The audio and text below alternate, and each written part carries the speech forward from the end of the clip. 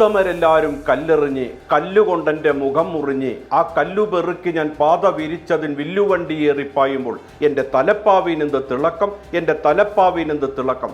വേടൻ പാട്ടിലൂടെ വീണ്ടും അയ്യങ്കാളിയുടെ വില്ലുവണ്ടി യാത്ര മലയാളിയുടെ മുൻപിലിട്ടപ്പോൾ ഏവരും അറിഞ്ഞും അറിയാതെയും പറഞ്ഞു പോവുകയാണ് ആ തലപ്പാവിനെന്ത് തിളക്കമെന്ന്, ആ തലപ്പാവിനെന്ത് തിളക്കമെന്ന്.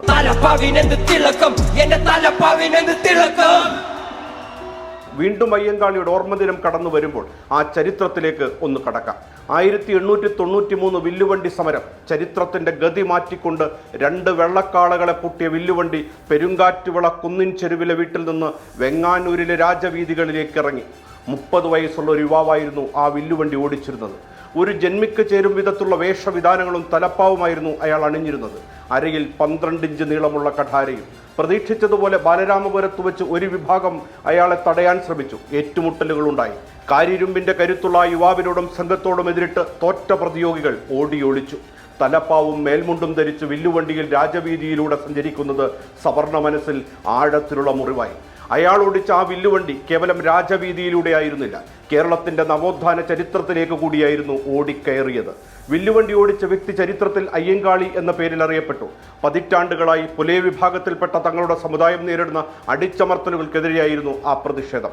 സവർണ മേധാവിത്വത്തെ വെല്ലുവിളിച്ചുകൊണ്ട് അധസ്ഥിതന്റെ സഞ്ചാര സ്വാതന്ത്ര്യത്തിനായി ഇറങ്ങിപ്പുറപ്പെട്ട അയ്യൻകാളി പിന്നെ അടിച്ചമർത്തപ്പെട്ട ജനവിഭാഗത്തിന്റെ പടനായകനായി. വെങ്ങാനൂർ ഗ്രാമത്തിലെ പെരുങ്കാറ്റുവിള പ്ലാവറത്തറവാട്ടിൽ അയ്യൻ എന്നൊരു അടിയാളനുണ്ടായിരുന്നു. പനങ്ങാട്ടില്ലത്ത് പരമേശ്വരൻ പിള്ള എന്ന ജന്മിയുടെ അടിയാളനായിരുന്നു അയാൾ. അടിയാളർക്ക് ഭൂമി നിഷേധിച്ച കാലം. അങ്ങനെയിരിക്കെ ദയാവായ്പ് തോന്നിയ പരമേശ്വരൻ പിള്ള ഭൂമി വെട്ടിത്തെളിച്ച് കൃഷിഭൂമിയാക്കിയപ്പോൾ അതിലുണ്ടായിരുന്ന 8 ഏക്കർ ഭൂമി അയ്യന് നൽകി. അങ്ങനെ അടിയാൻ ഭൂമിക്കുടമയായി.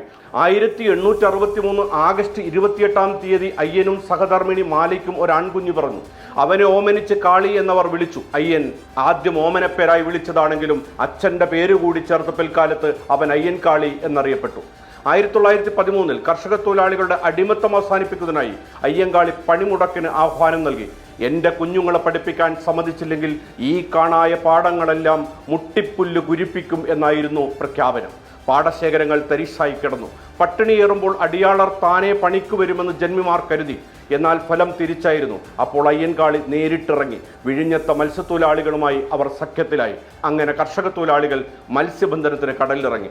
ഒടുവിൽ ജന്മിമാർ അനുരഞ്ജനത്തിന്റെ പാത സ്വീകരിച്ചു. കൂലി കൂട്ടി, സ്കൂൾ പ്രവേശനം, സഞ്ചാര സ്വാതന്ത്ര്യം എന്നിവയിൽ വിട്ടുവീഴ്ച ചെയ്യാൻ ധാരണയായി.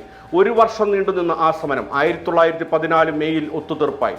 അക്കാലത്ത് പുലയ സമുദായങ്ങൾക്ക് വിദ്യാഭ്യാസം നിഷിദ്ധമായിരുന്നു. 1907 അയിത്ത ജാതിക്കാർക്ക് സ്കൂൾ പ്രവേശനം അനുവദിച്ചുകൊണ്ട് ഉത്തരവുണ്ടായിരുന്നിട്ടും ഒരു കുട്ടി പോലും പള്ളിക്കൂടത്തിലെത്തിയിരുന്നില്ല. സമുദായ പ്രമാണിമാരുടെ എതിർപ്പിനെ തുടർന്ന് പുലയ വിഭാഗത്തിൽപ്പെട്ട കുട്ടികളെ വിദ്യാലയത്തിൽ പ്രവേശിപ്പിച്ചിരുന്നില്ല.